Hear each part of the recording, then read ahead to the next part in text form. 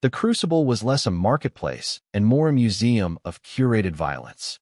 It hung in the void between three warring systems, a testament to the fact that the only thing more powerful than ideology was profit. Its corridors were polished obsidian, reflecting the glow of 1,000 different technologies designed for a singular purpose, to make things that were alive, not. Potential customers, beings of every conceivable shape and biology, drifted through the halls like ghosts in a cathedral of annihilation. There were the Cthar, hulking insectoids whose chitinous plates were natural armor, their movements slow and deliberate, communicating in a series of guttural clicks that sounded like rocks grinding together. There were the Vreen, slender, almost ethereal beings who floated a hand's breadth above the floor, their thoughts shimmering in the air around them like heat haze, their faces impassive masks of intellectual curiosity. And then there were the Xylotians. Xylos was the proprietor of Elegant Solutions, the most prestigious and obscenely expensive stall on the Crucible. Like all his kind, he was a being of living, crystalline lattice, his body a complex sculpture of interlocking facets that refracted the station's light into 1,000 tiny rainbows. He moved with a frictionless grace, his voice a series of perfectly modulated chimes that were translated by a discreet hovering drone into the local trade cant. His wares were not crude implements of force, but works of art. Plasma projectors that fired silent, searing bolts of contained sunfire. Sonic disruptors that could turn bone to powder without ever marking the skin. Biogenetic agents that could be tailored to a single individual's DNA from light years away. His clientele was select, powerful, and, most importantly, appreciative of the finer ways to end a life. Today, his audience consisted of Grand, a Cthar warlord whose personal body count was said to rival the population of a small moon, and Dr. Alara, a Vreen psychosurgeon renowned for her ability to dismantle a mind without leaving a single scar. They were examining his masterpiece, the Starlight Singer, a rifle-like device carved from a single piece of solidified light that fired a particle beam so precise it could supposedly excise a single neuron from a target's brain at 2 kilometers. "It is the pinnacle of personal defense technology," Xylos chimed, his crystalline fingers tracing the weapon's flawless lines. "Silent. Efficient. It leaves no messy residue, no vulgar impact craters. It is civilized." Grand clicked his mandibles in what passed for a skeptical sneer. The translation drone buzzed. "Force requires impact. A foe must feel their defeat. This is a surgeon's tool, not a warrior's." "Ah, but that is where you mistake elegance for weakness, my dear warlord," Xylos countered smoothly. "The ultimate expression of power is to achieve your goal with the absolute minimum of effort. Brute force is the clumsy scream of the inefficient. This is a whisper that ends arguments permanently." Dr. Alara's thoughts brushed against their minds, a cool, academic wave. The psychological impact of a silent, invisible death is far more terrifying to a populace than a loud, explosive one. Fear of the unknown is the most potent weapon of all. Xylos's facets shimmered in agreement. "Precisely. It is the difference between a master painter and, well, and a human." He made a gesture with one of his crystalline hands, and a holographic display shimmered into existence between them. It showed a rotating image of a rather ugly, utilitarian device of black metal and cheap-looking polymer. It was boxy, functional, and utterly devoid of grace. "Behold," Xylos chimed, his tone dripping with condescending amusement. "A human kinetic accelerator. A so-called rifle. Note the crude construction, the reliance on flimsy, moving parts. It functions by containing a chemical explosion, a literal explosion, in a tiny metal chamber, and using that chaotic, uncontrolled force to propel a simple metal slug. It is, by any civilized metric, a glorified firework." Grand's mandibles clicked again, this time in what sounded like a chuckle. "They use this in battle? A species with no natural armor, no claws, no venom, relies on noisy toys. It is a reflection of their entire species," Xylos declared, warming to his subject. The galactic consensus on humanity was a source of endless comedic material in sophisticated circles. They are a species born of mud and chaos. Their bodies are absurdly fragile, sacks of water and soft tissue that fail under the slightest pressure. They have no telepathic abilities, no innate defenses. They are pathetically vulnerable to temperature fluctuations, atmospheric changes, and even their own planet's microbiology. So, they invent crude, loud, messy things to compensate for their own profound inadequacies. This thing, he gestured to the hologram, is the technological equivalent of a frightened child screaming in the dark. Dr. Alera's mental voice was tinged with pity. Their psychology must be a fascinating tapestry of fear and aggression, a constant state of existential panic. It is a wonder they ever managed to leave their own gravity well. It was at that moment that the subject of their ridicule wandered into the showroom. His name was Jake, and he was, in every conceivable way, unremarkable. He was of average height for his species, with a softness around his middle that suggested a life spent at a desk rather than a battlefield. His hair was a nondescript brown, his eyes a plain gray. He wore simple canvas trousers and a faded shirt with a small, nonsensical logo over the breast, a stylized depiction of a terrestrial animal called a crocodile. He carried a worn leather satchel slung over his shoulder and was looking at a data slate with an expression of mild, parental frustration. He seemed less like a potential customer for high-end weaponry and more like someone who had gotten lost on his way to a hardware store. He looked up, blinking in the refined light of the showroom, and offered the assembled trio a small, apologetic smile. "Sorry to interrupt," he said, his voice calm and even. "I was just looking for a replacement hyperspanner for a Mark IV nutrient paste dispenser. My ship's unit is on the fritz." The station directory said Elegant Solutions might have some miscellaneous components. Xylos's entire crystalline form seemed to stiffen with offense. To be mistaken for a common parts depot was an insult of the highest order. "Sir," he chimed, his voice losing some of its melodic quality, "this is a boutique for bespoke instruments of conflict resolution. We do not deal in plumbing." Jake's smile didn't falter. "All right, my mistake. It's just, your sign has a very nice gear and wrench logo." Threw me off. He gestured vaguely at the Elegant Solutions sign, which was in fact an abstract representation of a particle beam bisecting an atom. "Well, while I'm here." His eyes fell on the holographic rifle. "Oh hey, a Kalashnikov platform. Haven't seen one of those in a while." Classic. Xylos, Grand, and Alera all stared at him. The human's casual, almost fond recognition of the primitive artifact was jarring. "You are familiar with this contraption?" Xylos asked, his tone making it clear he was being magnanimous by even addressing the human directly. "Familiar?" Jake chuckled, a soft, breathy sound. "My grandfather taught me to shoot with one. Said if you could learn to field strip an AK blindfolded, in the rain, you could figure out how to fix anything." He wasn't wrong. Great for learning about mechanical sympathy, he peered closer at the hologram. "Is that a 762mm model?" "Looks like it. Good stopping power, but the recoil can be a bit much for a novice. You get a lot of muzzle climb on full auto." The three aliens were silent. The human spoke of this barbaric device with the easy familiarity of a craftsman discussing his tools.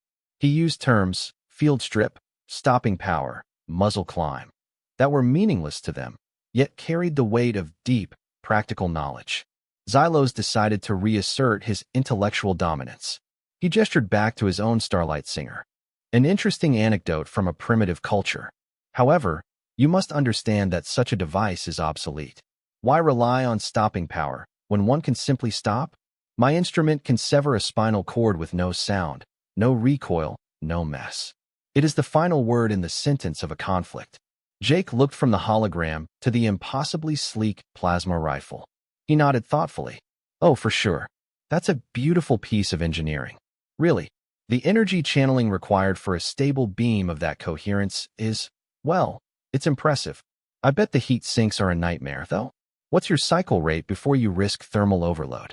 And how does the beam handle atmospheric refraction in hyperticulate environments? Like, say, a sandstorm?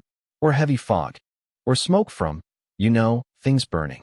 Xylos's chimes faltered for a microsecond. The questions were absurdly technical. No one ever asked about thermal overload or particulate refraction. His clients were warlords and assassins, not engineers. They cared about results, not operational parameters. "The weapon's operational envelope is sufficient for all reasonable combat scenarios," he replied stiffly.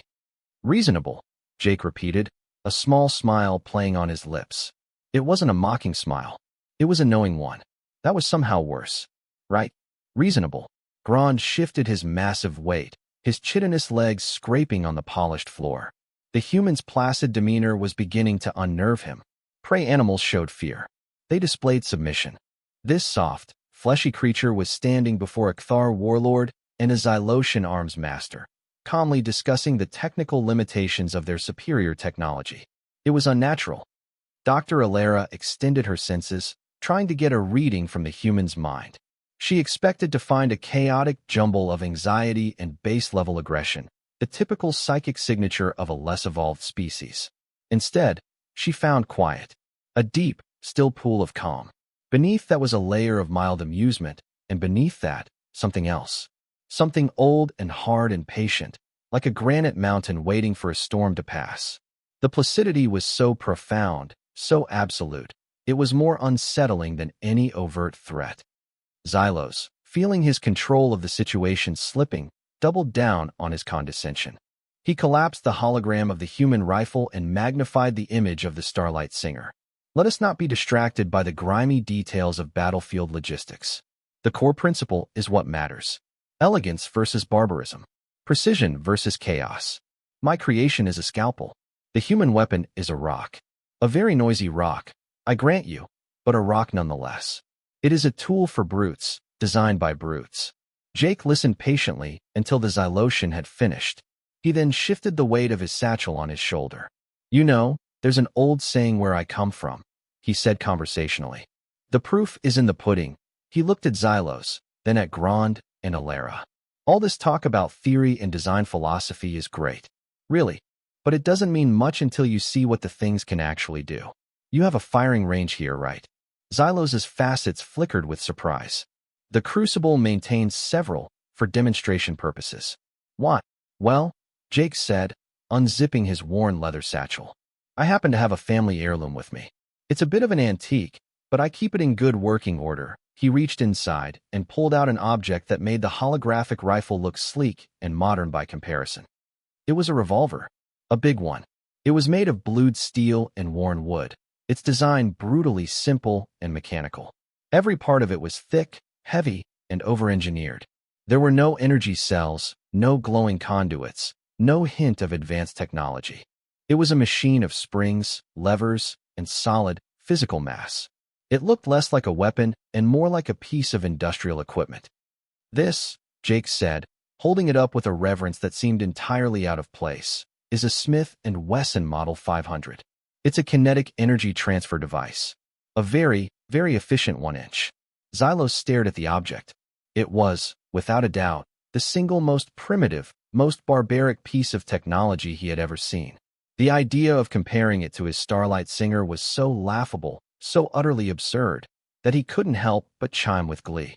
You wish to test that against my masterpiece? He asked, a musical ripple of mirth in his voice. My friend, that is not a rock. That is the fossil of a rock. Grand's mandibles clicked in a booming laugh. Even Dr. Alera allowed a flicker of amusement to cross her psychic senses. The human was either insane or possessed a sense of humor that bordered on the suicidal. I accept your challenge, Xylos declared grandly. It will be an honor to provide you with this educational experience. Great, Jake said with a cheerful grin. After you. I'm a little rusty. The firing range was a vast, sterile chamber, one wall of which was a block of composite plasteel armor 20 meters thick. This was the material they used for the outer hulls of capital ships, designed to withstand torpedo impacts and particle beam barrages. It was scarred and melted in a few places from previous demonstrations, a testament to the power of the weapons tested there. Xylos took his position with practiced ease. He raised the Starlight Singer, its crystalline form seeming to drink in the ambient light. It made no sound as he sighted on the massive wall. There was no charging whine, no buildup of energy. He squeezed the trigger, and a beam of pure, white light, thinner than a needle, shot across the range. It was completely silent. The only indication it had fired was the appearance of a small, perfectly round, cherry-red hole in the plasteel wall. A thin wisp of vapor curled from the opening. Observe, Xylos chimed, his voice resonating with pride. Perfection. It bored a clean channel 12 meters into the armor before the energy dissipated. No shockwave, no wasted energy, no collateral damage. A surgical strike. The target is neutralized with absolute efficiency. He lowered the weapon and turned to Jake with an expression of triumphant finality. Your turn, human. Jake nodded, walking to the firing line. He didn't seem impressed or intimidated. He just looked professional. He opened the cylinder of the massive revolver, the mechanical click-clack of the action echoing loudly in the silent room. He took 5 cartridges from a small box in his satchel. They were huge, more like miniature rockets than bullets. He slotted them into the chambers one by one, each one landing with a solid, metallic thunk. He snapped the cylinder shut with a flick of his wrist. He raised the revolver with both hands, bracing himself in a stance that was clearly practiced. He took a deep breath, let it out slowly, and then the universe seemed to end. It wasn't a sound. A sound is something you hear with your ears. This was an event, a physical violation of the air itself. A deafening, world-shattering crack boom that was less a noise and more a concussion wave. It slammed into Xylos, Grand, and Alera, a palpable wall of force that rattled Xylos's crystalline structure, made Grand's antennae ring, and felt like a psychic sledgehammer to Dr. Alera. A brilliant muzzle flash, a starburst of white-hot fire, momentarily blinded them. The effect on the target wall was even more shocking. Xylos's rifle had made a neat, clean hole. Jake's revolver did something else entirely. The heavy slug, a 700-grain piece of machined metal, hit the plasteel with an impact that defied all their understanding of physics. It didn't penetrate cleanly. It transferred its kinetic energy in a single, catastrophic instant. The plasteel didn't just get a hole. It shattered. A massive crater, a full meter in diameter, erupted on the surface. The armor buckled and warped outwards, and huge chunks of it, some the size of Grand's head, were blown backwards into the range. A spiderweb of fractures spread out from the point of impact, cracking the supposedly indestructible wall for meters in every direction. It wasn't a surgical strike. It was a meteor impact. Jake calmly lowered the smoking revolver, the acrid smell of burnt propellant filling the air. He ejected the spent casing, which clinked musically as it hit the floor. The silence that followed the explosion was somehow more profound than the noise itself. Xylos, Grand, and Dr. Alera stared at the devastation. They were utterly, completely speechless. Their minds, conditioned by millennia of predictable, energy-based warfare, simply could not process what they had just seen. A handheld, primitive, mechanical device had inflicted more raw, brutal, structural damage to a warship-grade wall than a direct hit from an anti-personnel plasma cannon. See, here's the thing you're missing, Jake said, his voice quiet in the ringing silence. He began reloading the revolver, his movements methodical and calm. You guys think in terms of energy. Heat, light, radiation. You want to cut, burn, or dissolve. You're fighting the opponent's armor. We don't. We think in terms of physics. Mass times velocity squared. We're not fighting the armor. We're fighting what's inside the armor. He snapped the cylinder shut again. Your plasma rifle would have put a very neat hole in a charging Thar. A very hot, very painful, probably fatal hole. Eventually. But it wouldn't have stopped him. Not in that instant. All that momentum, all that muscle and rage, would have kept coming. This, he patted the heavy revolver, doesn't just make a hole. It delivers a message. A message written in kinetic force. It hits you with the force of a small vehicle. It doesn't just break the bone it hits. It shatters every bone near it. It doesn't just pierce the organs. It turns them into soup from the hydrostatic shock. It doesn't kill you with heat. It kills you with physics. It stops you. He turned to face them, his expression no longer mild or amused. It was the calm, patient look of a teacher explaining a difficult but vital lesson. And suddenly, he didn't look average or soft at all. He looked like the most dangerous thing they had ever seen. You called my species' weapons primitive, he continued, his voice low and steady. And you're right. They are. Because we are. You live on garden worlds. Safe, stable planets where the worst thing you have to worry about is your political rivals or maybe a slightly aggressive herbivore. You evolved to be smart, or strong, or psionically gifted. You had the luxury of developing elegance. He took a step forward. We didn't have that luxury. We come from a place you would classify as a Category 12 death world. That's not an exaggeration for dramatic effect. That is its official galactic designation. Our planet is actively, maliciously, trying to kill everything on it, all the time. Our gravity is crushingly high, which is why we're all built like compact hydrostatic pressure vessels. Our atmosphere is a toxic, corrosive soup that we've just barely adapted to breathe.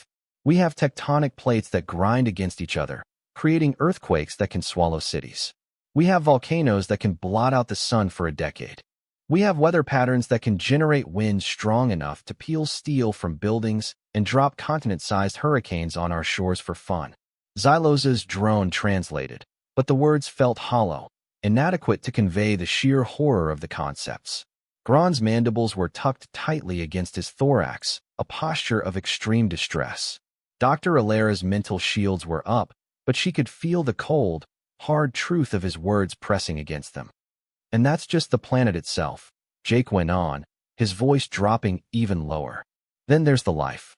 You have predators, I'm sure. Big things with teeth and claws. Cute. On Earth, the apex predators aren't always big. Sometimes they're microscopic. We have viruses that can liquefy your internal organs in hours. We have bacteria that eat flesh. We have prion that turn your brain into sponge. We have fungi that can germinate in your lungs and grow through your body. We have insects whose venom can cause systemic organ failure, or just paralyze you so their larvae can eat you alive. We have snakes whose bite can make you bleed from every orifice simultaneously. We have creatures in our oceans that are basically just swimming bags of lethal neurotoxin. He paused, letting the information sink in. The showroom, once a symbol of sophisticated power, now felt like a fragile bubble about to burst. Our reasonable combat scenarios involve things you would consider mythic monsters. A 1-ton armored mammal with claws like knives that can run faster than our ground cars. We call that a bear. We go camping in its backyard for recreation. A 10-meter-long aquatic hunter with rows of serrated teeth that can smell a drop of blood in a billion drops of water. We call that a shark. We put on thin rubber suits and go swimming with them. We do this for fun. Our idea of a vacation is to go somewhere even more dangerous than where we live and see if we can survive. He looked directly at Grant. Warlord, your species is impressive. Strong. Armored. But your armor is designed to stop claws and teeth. This revolver wasn't designed to stop a claw. It was designed to stop a charging rhinoceros. 3 tons of muscle, bone, and bad attitude moving at 50 kilometers an hour. Your plasma weapon would have annoyed it. This changes its mind by removing the part of it that has a mind. He then turned to Xylos. You call this weapon barbaric and chaotic. We call it reliable. It has maybe a dozen moving parts. It works if it's frozen. It works if it's full of sand. It works if it's been submerged in mud for a week. It will still put a half-inch hole in whatever you point it at. Your elegant Starlight Singer would fail under any of those conditions. Elegance is fragile. Survival isn't elegant. It's messy and loud and brutal. We're a species of survivors from the most unreasonable environment imaginable. Our tools reflect that. Finally, he looked at Dr. Alera. And you think our minds are a mess of fear and aggression. You're right. We live in a constant state of low-grade existential terror. We call it Tuesday. It's what makes us so creative. It's why we're so stubborn. We have a concept called persistence hunting. Our ancestors weren't the fastest or strongest animals. So they'd just pick a target and follow it. For hours. For days. They would just walk after it, never stopping, until the prey, bigger, faster, and stronger, would literally collapse and die from sheer exhaustion and stress. We don't just outfight our problems. We outlast them. We are the masters of attrition. We will just keep coming and coming and coming, long after more sensible species would have given up. He holstered the massive revolver in his satchel. The simple action seemed final, a closing statement. The greatest weapon humanity has, he said, his voice returning to its normal, conversational tone, is that you look at us, soft and small and weak, and you laugh. You underestimate us. You see a primitive species with primitive tools. You don't see a species that clawed its way to the top of a food chain on a planet that hates life. You don't see a species that treats survival as a hobby. You see this. He gestured to his own unassuming body. And you think prey. You have no idea what a human is capable of when we decide something is a threat.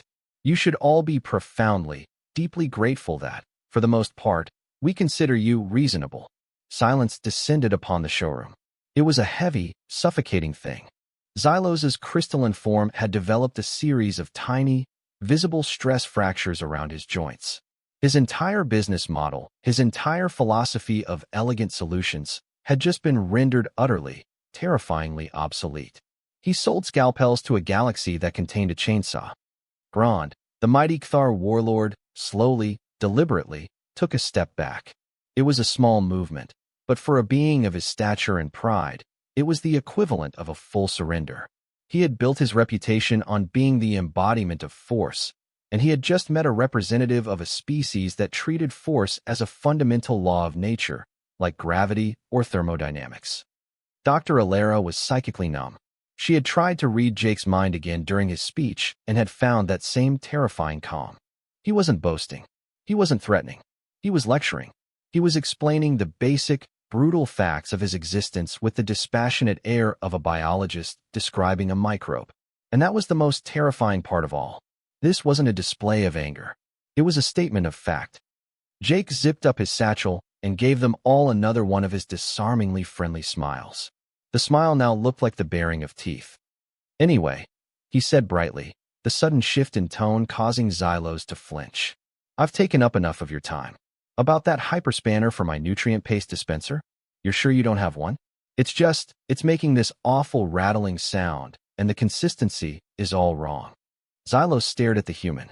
This creature, this avatar of a world of nightmares, who had just shattered his entire worldview and quite possibly the foundation of his business, was now inquiring, with genuine concern, about the texture of his processed food slurry.